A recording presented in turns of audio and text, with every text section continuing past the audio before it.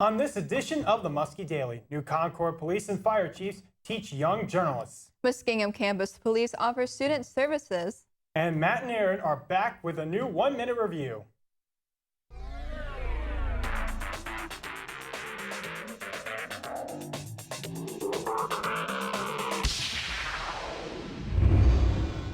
Thanks for joining us here on Orbit TV. I'm Rachel Schlarb alongside Andrew Dunlap. It's a special week here at Orbit Media. The Campus Media Group is joining journalists across the country in celebrating Sunshine Week. The week is a national initiative designed to promote dialogue about open government and freedom of information.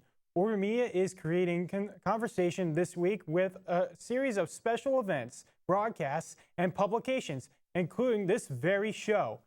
This Friday's edition of the Black and Magenta is entirely devoted to Sunshine Week. Be sure to pick up a copy of and learn more.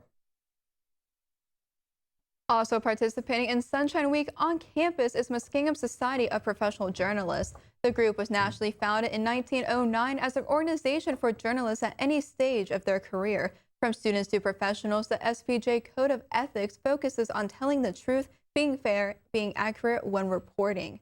Members of SPJ believe that news should be public knowledge and strive towards the four-based principles: seek truth and report it, minimize harm, act independently, be accountable, and transparent. The campus group held a sunshine event yesterday for the Muskies. New Concord's police and fire chiefs came to campus yesterday to inform a group of reporters their rights as journalists and how to interact with officers on a daily basis. Fire Chief Brent Gates taught students how to listen to scanners and react to emergency situations they hear over the radio. Police Chief Trevor Hayes informed the journalists about the community events his department puts on and how reporters can be involved. Thanks to sunshine laws, New Concord Village Council meetings are open for the local community to attend. Meetings are held the second Monday of every month. Charlotte Colley, New Concord Village Administrator, attempts to get the public more involved in the meetings by getting the agenda out early. It is important for the community to come to the meetings because the council members aren't always able to hear all the different perspectives on the certain issues, Colley said. All Village Council meetings are open to the public other than executive session meetings, which are outlined in the Ohio Revised Code. We'll be right back on the Muskie Daily to take a look at New Concord's Village Council meetings. That and more coming up after the break.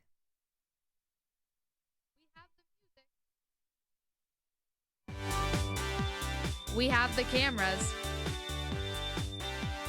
We have the talent. Orbit Media, where the magic happens. On the story. On the quad. On the scene. This is the Muskie Daily. Students experiencing car trouble or feel unsafe on campus are encouraged to call the Muskingum University Campus Police. The University Police offer several services, including giving rides to injured students. Chief of Police Danny Vincent also encourages students to call if they feel unsafe walking around campus. If you're afraid, it's dark. If you come out of class or out of the library from studying and you were in there later than you thought and it's dark and you don't feel comfortable walking, call University Police. We'll pick you up and take you back to your dorm. Police are also able to unlock or jumpstart cars and will call a towing company free of charge if they can't solve the problem themselves. Student Senate is hoping to raise $5,000 for the Zanesville Animal Shelter by mid-April. Students can also donate items such as toys, blankets, leashes, and other supplies the shelter may need. Muskingum University's coordinator of student involvement, Jess Edge, says that if a goal of $5,000 is accomplished, she will shave her head. Volunteer work will also be counted and is equivalent to the $5 donation. There will be different events happening around campus where students can make toys and blankets to be donated. New Concord will be getting new features added to Main Street. Decorative streetlights, benches, and crosswalks will be added to the existing ones. The changes are funded in part by the Transportation Enhancement Grant or Alternative Writing Grant. The grant is distributed through the Ohio Department of Transportation and requires that the local community match 20% of the money they receive for the new project. New Concord has to match $40,000 to reach the 20% mark of what was donated. Every 2 years for the past 16 years, during the weekend of Muskie Palooza, Muskingum University has worked to put on a free concert for the students. The concert is to accumulate enough money to get an artist that's recognizable. This year's process for finding an act for the big concert started in fall of 2015 when a poll of genres was put on OrgSync for students to vote on. The vote came out to be in favor of the genre of country. Some of the potential acts that were put out included Cassidy Pope, David Nail, Kelly Pickler, Easton Corbin, Eric Paisley, and Jared Newman. Easton Corbin was the artist with the most votes according to OrgSync polls. The big concert reveal is on Friday. New Concord is looking at the possibility of opening new parks and recreation districts by teaming up with Gettler Associations, Inc. Currently, New Concord Area Arts and Recreation, also known as NCARD, is serving as the community's arts and recreation organization and are currently in the process of considering making some changes of their own. According to New Concord Village Administrator Charlotte Colley, there are a few different options on how the issue is being considered. The East Muskingum School District will be able to vote on the decision when the time comes. We'll be taking a short break here on the Muskie Daily. Stay tuned to find out the different events happening around the village of New Concord. We have the music. We have the cameras. We have the talent. Orbit Media, where the magic happens. On the story. On the quad. On the scene. This is the Muskie Daily.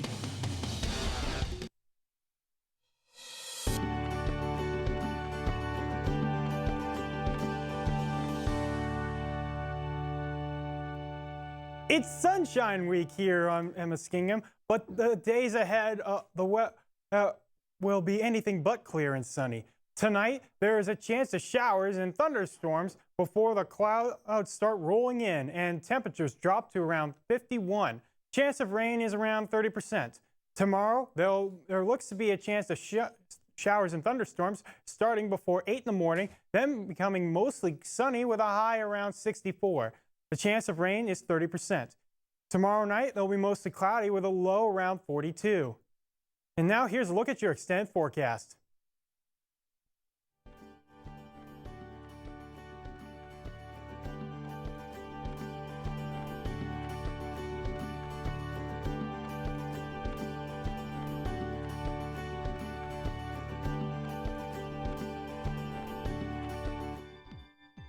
We have the music. We have the cameras. We have the talent. Orbit Media, where the magic happens. On the story. On the quad. On the scene. This is the Muskie Daily.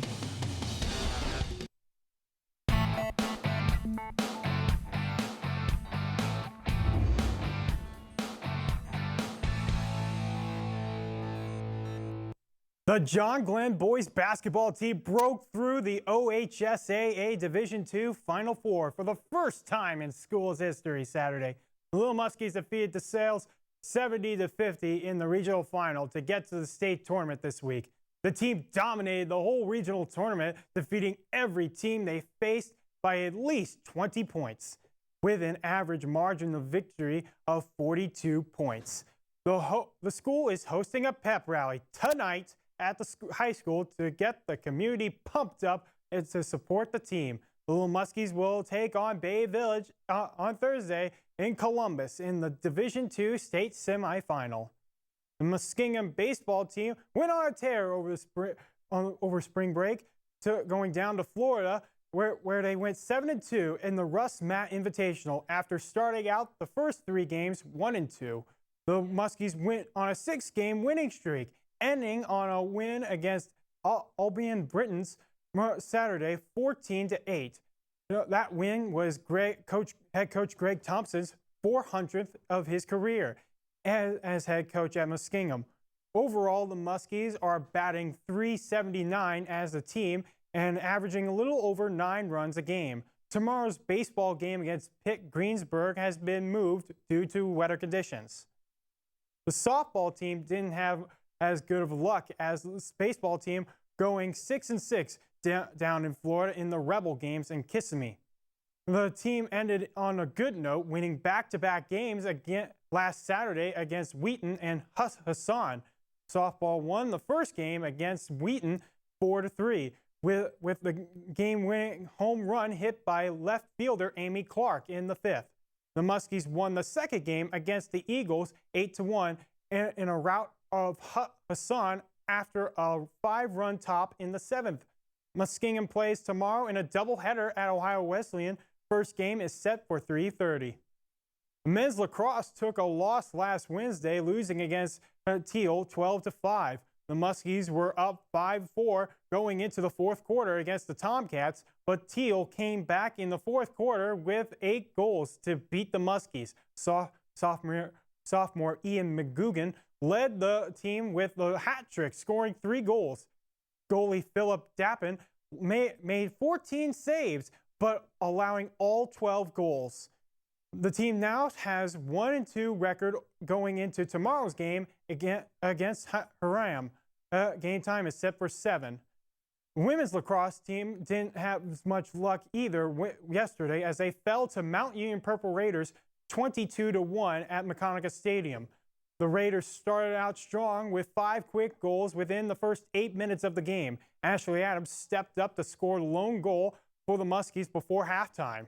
Unfortunately, quick turnovers proved to be too much to overcome in the contest. The girls will be back in action tomorrow when they go up against Waynesburg. Up next, we look at this week's 1-minute review and upcoming events happening on campus. Aaron and Matt are back with more cinematic features. Tonight, they give 1-minute review on Marvel's Daredevil Season 2. Daredevil Season 2 drops this Friday, March 18th. All 13 episodes on Netflix. Super stoked. Going to see the Punisher for the first time. I'm really interested to see what his character's going to bring to the show. It's really interesting because they're saying society made this crazy villain, and it's really fascinating. We're also going to see a new character, Elektra. We don't really know her relationship to Daredevil, besides the fact that they've had previous romantic history, maybe. Maybe. And then, of course, there's the mysterious hand, a bunch of ninjas, it looks like. The hand. We don't really know who the main villain is right now, but that's part of the excitement. You know, we didn't even know Fisk was the villain for a while in Season 1, so. I think we did. But yeah, lots of conflicts going on in Daredevil Season 2. It's going to be very exciting, very dramatic for sure. Love the tone of the trailers a lot. Absolutely. Made me really stoked. Yep. Anyway, that's 1-minute review. We'll be binge watching this weekend. Hope you do too. I'm DJ Ace. And I'm Tree. Have a great week. If you need to brush up on your interviewing skills, Muskingum's Career Services offer a unique opportunity to gain some experience. Available sign-up times are coming Thursday from 11:30 to 12:30 in the afternoon. Friday night at 9, Muskingum Programming Board is hosting bingo at the bottom of the chest. It's a mystery theme, so you'll have to show up to discover what the potential prizes are.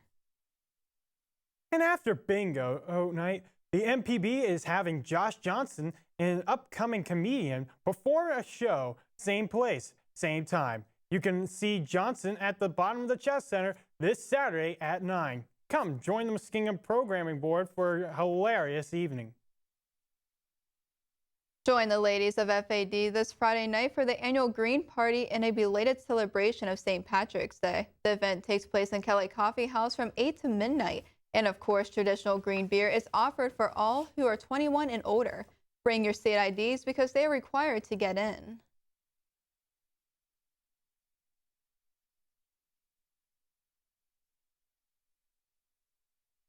That's all for this episode of the Muskie Daily. Be sure to join us on Thursday for more local news. Have a good one.